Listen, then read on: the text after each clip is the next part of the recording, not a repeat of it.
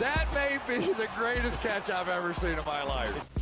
Okay, my dudes, y'all know I have done probably closing in on about 150 fantasy drafts so far this year, all real money leagues. So I have a ton of experience really navigating through these draft boards from every single draft position. And there are 5 lessons that I have taken away that I really think that y'all need to be applying to your drafts this upcoming season.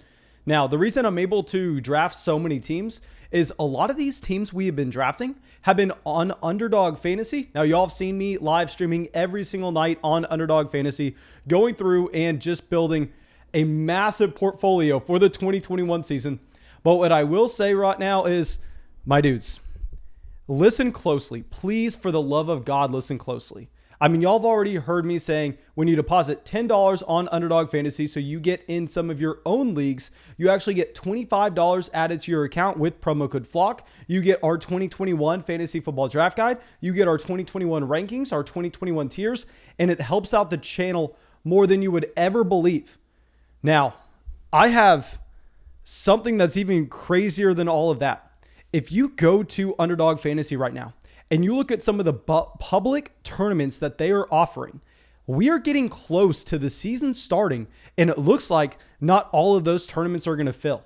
Now, do not worry. If you enter into these tournaments, this is fantastic news, and especially if you have not entered in yet, because they have tournaments where they are guaranteeing millions of dollars of prizes. And if they don't fill, it's not like the prizes shrink.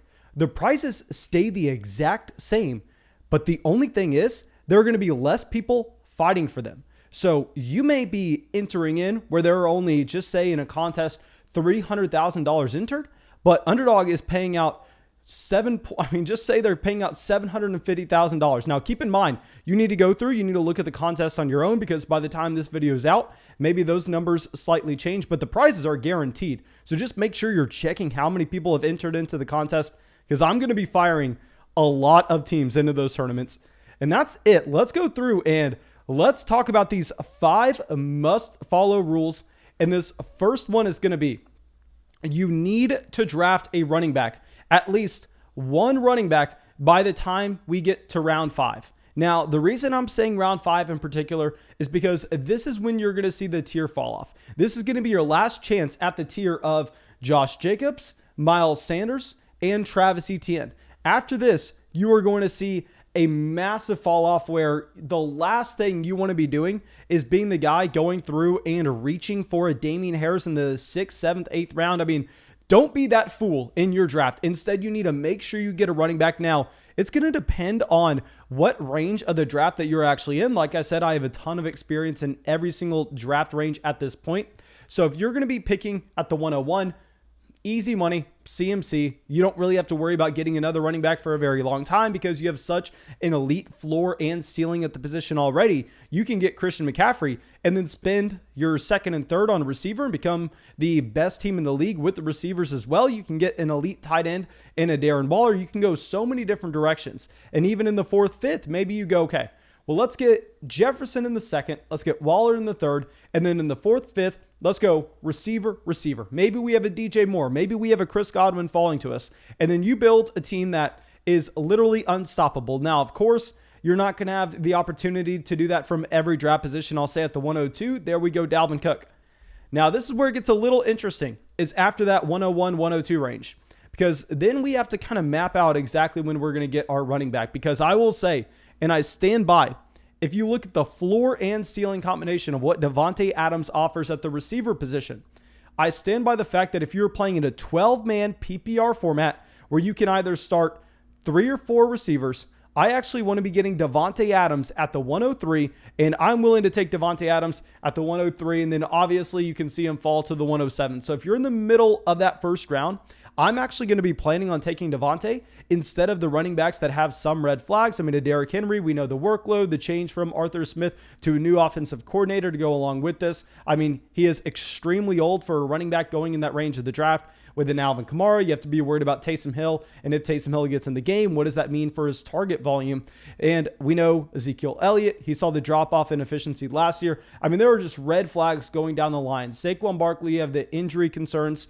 So instead of having to deal with any of that, I'm going to prefer to get a Davante Adams in the first round, but we still need to make sure we're getting our running backs. So I will say in a build like that, in the second round, that's where you need to go with either Najee Harris or Joe Mixon. Joe Mixon, I'm not going to dive in depth on this video. I know a lot of people are going to hate for me to bring up that name. I promise you I'll get an in-depth video coming out about Joe Mixon sometime soon. But in the second round, that's really where I want to be getting our running back for a team where we start with a Davante Adams. And then at the end of round 1, this is surprising to me because I've always been the guy that wants to go with the running back early. So it's even crazy for me to say to go with the Davante Adams. I just think Davante Adams in the situation he's in Green Bay is such a special player that I want to be going with a receiver there. But when we get to the end of round 1, the beginning of round 2, honestly, at this turn, you have to go with the running back. I think that right now, if you could come away with a combination of Saquon Barkley and Jonathan Taylor, which is 100% possible. I mean, I see that happen consistently in drafts. Now, that's going to be the ideal start. Like, it's crazy to say, but I think if we're picking at the end of round 1, I'm actually wanting to go with a running back because this season, I don't see as big of a drop-off between like the running back 3 to like the running back 8, whereas usually in the past 3 or 4 years, there have been multiple tiers within that. The problem is just the mid running back 1 tier all kind of looks the same to me. So if you're going to be looking at a spot where, I mean, maybe you want to go through, maybe you want to take a Tyreek Hill, and yes, that can be fine. You at least need to get one running back in that range though. And then I think that's kind of going to be where we stand on the running back position. If you're picking at one of the ends, I want to be getting one in the first round. If you're picking in the middle of the first round, I actually want to be getting Davante Adams. And if you get Davante Adams in the middle of the first, I think that you really need to target either Joe Mixon or Najee Harris in the middle of the second. If you can't get one of those guys and instead you go, okay, well, I guess we're starting Davante Adams, DeAndre Hopkins, you need to make sure you're getting your running back very soon. After that, we're going to be looking at a DeAndre Swift or a J.K. Dobbins in the third. If they're not available, then we're going to go and look for a Miles Sanders in the fourth. Of course, we can keep on pushing it down the line, but that Miles Sanders, Josh Jacobs tier, I mean, throw Travis Etienne into there. That's going to be the last teardrop where you need to at least get one running back. We can punt running back 2, but you can't punt running back 1 and running back 2. So definitely make sure you have at least one guy in that range. And then our second rule for drafts this year is going to be, I want an elite tight end or I want no tight end. I mean, this is something that I got suckered into just about a month ago, and I'm coming out here before the season even starts. I'm taking my L. I mean, we actually did the historical analysis a few months back when we were preparing for draft season, when we were going through and writing our draft guide, where we have illustrated over the past decade. I mean, it's been very profitable to take a tight end with the top 3 selection, or if you're going to miss out on the top 3 tight ends, then you just wait. Then you wait until you get to the guys that are like tight end 13, tight end 14, tight end 15. But I mean, the tier between that, the guys like a TJ Hawkinson, a Mark Andrews, a Kyle Pitts, a Dallas Goedert. Dallas Goedert was actually the guy that I was falling for because I was seeing him in rounds 8, 9 and going, oh, Dallas Goedert round 8, round 9, I'm taking him here every time. Embarrassingly now, I'm actually having to see Dallas Goedert in a lot of real money drafts that we do going about round 10. And that's just, of course, painful to see. But I mean, that's almost my fault for breaking this rule, and that getting a Kelsey, getting a Waller, getting a Kittle gives you an elite advantage based on the predictability of the tight end position and the value over replacement that you find there. But a lot of those tight ends that are going to be in the mid tight end 1 tier, at least what we have seen over the past decade, and trust me, I fall into these guys every single year, and I tell myself every single year, don't do it again. Don't do it again. But they all have some positives on their profile. They all have reasons to get excited. I mean, we know why we want to get excited about a Hawkinson. We know why we want to be excited about a Kyle Pitts. But in reality, the receivers you can get in that range instead are going to have much higher hit rates, and they're going to have a similar ceiling to what we actually have from those tight ends. So those tight ends that you're finding in rounds 4, 5, and in the beginning of round 6, really, you're taking unnecessary risk there. I would prefer to wait until the end of my draft and instead get someone like a Logan Thomas that's going significantly later, get a Mike Gesicki, get an Irv Smith. Because if we take a step back, if we really think about it, I mean, even throw Noah Fant into that range. What's the real difference between a Noah Fant and a TJ Hawkinson? And I know, of course, you can come out here, you can make a small argument, but I'm saying if you're looking at the receivers that are going in those respective ranges as well to try to determine the opportunity cost that you have by selecting one of those tight ends, I mean, it's kind of brutal taking those mid-round tight ends, and I think that we just have to kind of scratch them off our board. And now something that I've kind of gotten, I don't want to say annoyed with on Patreon as of late, but y'all know every single day, I mean, I go through and I break down about 7 teams for those Patreon podcasts that we upload every day for the new people in the Patreon community. But one thing that I swear to God, I have to say with almost every single team now is you need to know your positional limits at both quarterback and tight end. So the most common mistake that I actually see in these drafts is a team going out and they get an elite quarterback, which I'm not saying that's a mistake. I love getting an elite quarterback. They go and they get someone like a Patrick Mahomes. And then I'm going through and I'm doing their team breakdown. And I look at the bottom of the bench and I'm like, man, you only have 6 bench spots. You have Mahomes on this team. What are you doing rostering Kirk Cousins? What the hell is Kirk Cousins ever going to do for you? That is such a detrimental mistake in that you're allocating 2 roster spots for that one position, and you know that you're really only going to use that second roster spot you're allocating for that one position in the case of an injury or a bye week. And what is so bad about that is understanding how replaceable that second quarterback is and the real difference that Kirk Cousins would give you in a points per game basis based on you just streaming the quarterback position altogether. If you had an injury to a Patrick Mahomes, the difference is minimal at best. I mean, I would say that you would probably rather just play the matchups regardless. So you are literally just going, okay, thank you, Commissioner, for setting us up with 6 bench spots. I'm going to use these 6 bench spots to the best of my ability. Actually, just kidding. Why would we ever do that? Let's take this bottom bench spot. Let's go throw it in the dumpster because we don't need that. We'll only play with 5 bench spots compared to everybody else in the league who has 6. No, of course you don't want to do that. Of course. Instead, you want to be trying to get the most from every single spot on your roster. That includes down there on the bench. And instead of going through and rostering 2 quarterbacks, it's going to be a lot more advantageous for you to use that spot on a backup running back. And the quarterbacks that I am willing to say, okay, if you draft one of these quarterbacks, do not draft another one. If something happens, then you can go through and you can stream the quarterback position, but there's no reason in rostering 2. So let's go through this list. You have Mahomes, Kyler, Lamar, Allen, Dak, Justin Herbert, and Russell Wilson. There are 7 quarterbacks you may be able to throw in and Aaron Rodgers into that mix, but there are about 7 or 8 quarterbacks. So the majority of teams in your league, I would argue, should only be able to roster 1 quarterback, and then they should be using those bench spots down there on a running back, on a receiver, just someone with more upside. Now, going in, we're going to say the same thing about the tight end position. I'm not going to have to dive in with the reasoning why, but instead, let me just go through and give you the list on the tight ends that if I draft a tight end here, I only want one of them. I'm not rostering a backup. This list is going to be Travis Kelce, Darren Waller, George Kittle.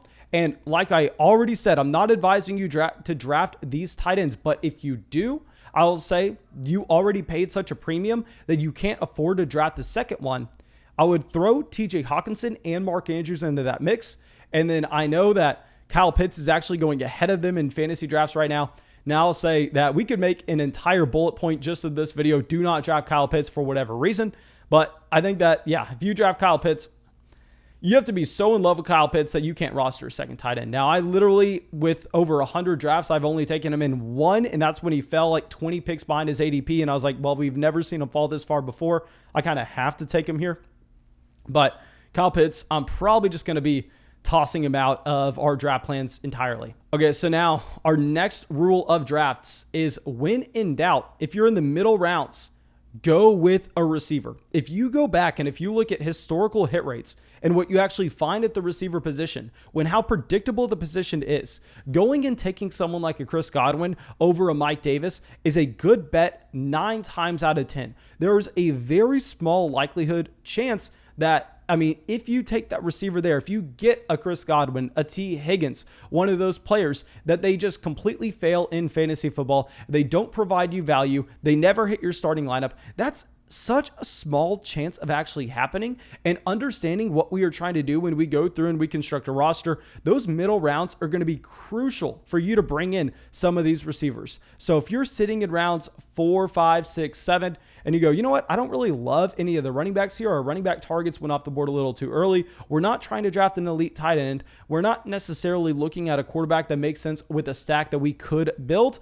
Let's just go receiver, receiver, receiver. I mean, the historical hit rates are there. I could literally make an entire video just about this, but I'm sure if you've been playing into fantasy leagues long enough, you kind of already know that in rounds 4, 5, and 6, that's where you want to be drafting your receivers. Now, I'll say Underdog Fantasy is a little bit different because on Underdog Fantasy, since you have to start 3 receivers each and every week, that tier of receivers is actually split up into about the 3rd and 4th round. So then you're getting the running backs like a Josh Jacobs falling to the 6th, a Miles Sanders falling to the 5th. There we're going to be taking the running backs, but I'd imagine in the regular leagues that you're doing, you're actually not necessarily going to have that option because those running backs are going to go off in the 3rd or 4th. So instead, I'm going to be advising you to go with the receiver. Now, the last rule of draft season in 2021 is you need to go through and at the end of drafts, do not be drafting receivers. Those are for the middle rounds. At the end of drafts, we're taking long shot bets on running backs that have a very small chance of hitting. But let me put a little caveat on that, because why we're not drafting a receiver in that range, why we're not drafting a Cole Beasley is maybe you draft Cole Beasley as the wide receiver 58. And what's his real ceiling here? If he comes out and what does he really do? Maybe he puts up a low-end wide receiver 3 finish or high-end wide receiver 4. Say instead of him finishing as the wide receiver 58 where you drafted him, instead he finishes as the wide receiver 41.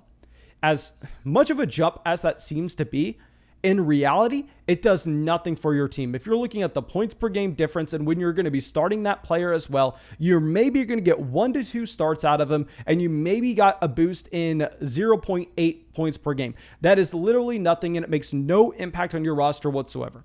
Instead, we're looking for shots that may have a lower probability, but if they hit, they could drastically change your win rate and they could turn you into a league-winning team. So in the last rounds, instead of grabbing those receivers that have a limited ceiling, we're going to draft the Rashad Penny, the Chuba Hubbard, the guys like Alexander Madison, the players that we already saw this with Darrell Henderson. I mean, Cam Akers tears his Achilles. Darrell Henderson vaults up. He's a running back too. That's a league-winning player when you get him in the last round of your fantasy draft. We're trying to find the next one of those. You can't find that at the receiver position because right now, guys, I mean, if we go over to a situation, let's just call it Atlanta. Let's go to Atlanta, right? And what would happen if Calvin Ridley tore his Achilles? Where would we be drafting Russell Gage? Yes, Russell Gage would undoubtedly go up, but would he be going up in the Darrell Henderson range? Would he jump up that far? No, he wouldn't go close to jumping up that far because wide receiver is mainly dictated based on the talent of the player, where running back, a lot of it's based on the opportunity. So if we're going to be talking about guys that don't have much talent, let's go for guys that would have projectable opportunity if an injury were to occur in front of them. Let's get our handcuffed running backs in the last few rounds of our drafts. Now, thank you, my dudes. I really hope y'all enjoy this video. I really hope y'all got something from it. And of course, go down there, drop a like if y'all did, subscribe to the channel. It helps us out a ton. And I hope to see y'all with the video tomorrow, or more importantly, in the live stream tonight. Thank you to everybody supporting the show on Patreon. We got some new members in MCGC, Brian, Matthew, Craig, Ian, Woody, Colt, Marcus, Jack, and Nicholas. Thank you, my dudes.